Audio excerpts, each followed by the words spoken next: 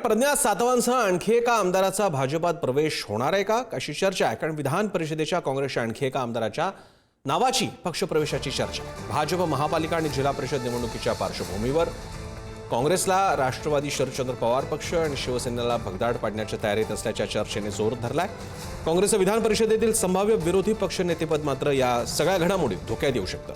पुणे सोलापुरातील देखील काही महत्त्वाचे पक्षप्रवेश भाजपात आता होणार असल्याची माहिती. सुशांत आपले प्रतिनिधी आपल्याला अधिक माहिती देत आहेत. सुशांत, काय चाललंय?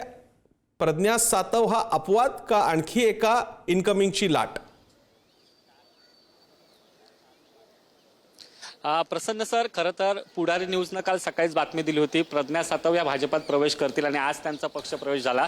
या पक्षप्रवेशामुळे नेमकी काय गणितं बिघडतील तर काँग्रेसचं विधान परिषदेचं विरोधी पक्षनेते पदाचा जो काँग्रेसने दावा केला आहे खऱ्या अर्थाने ते धोक्यात आलेला आहे. आपण पाहिलं असेल प्रसन्न सर, हिवाळी अधिवेशनात काँग्रेसने विरोधी पक्षनेता करावा अशी मागणी सभापतींकडे केली होती.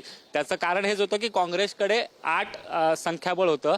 मात्र आता प्रज्ञा सातव यांनी राजीनामा दिल्यामुळे काँग्रेसचं संख्याबळ जे आहे ते 7 झाले. अर्थातच आपण जर बघितलं असेल तर विधान परिषदेच्या सदस्य संख्येवर 10% आमदार जे आहेत ते कुठल्याही एका पक्षाचे असायला हवेत. मात्र महाविकास आघाडीच्या कुठल्याही एका पक्षाकडे ते आमदार नाहीत.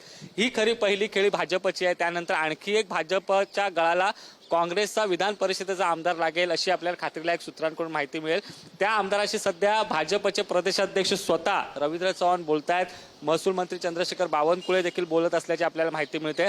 जर त्या आमदाराचा होकार आला तर येत्या 2 दिवसात त्या आमदाराचा पक्षप्रवेश जो आहे तो भाजपमध्ये केला जाईल आणि कुठेतरी काँग्रेसला एक धक्का दिला जाईल. त्याचं प्रमुख कारण हेच आहे, आगामी जिल्हा परिषदांच्या निवडणुका असतील, पालिकांच्या निवडणुका असतील, या ठिकाणी भाजपला पुन्हा एकदा विजय मिळवायचा आणि त्याचमुळे कुठेतरी जे बडे नेते आहेत काँग्रेसचे त्यांना भाजप आता स्वतःच्या पक्षात घेण्याचा प्रयत्न करताना आपल्याला बघायला मिळते. प्रसन्न सर, धन्यवाद सुशांत, तुम्ही दिलेल्या माहितीबद्दल. अपडेट्सवर आपलं लक्ष असेलच.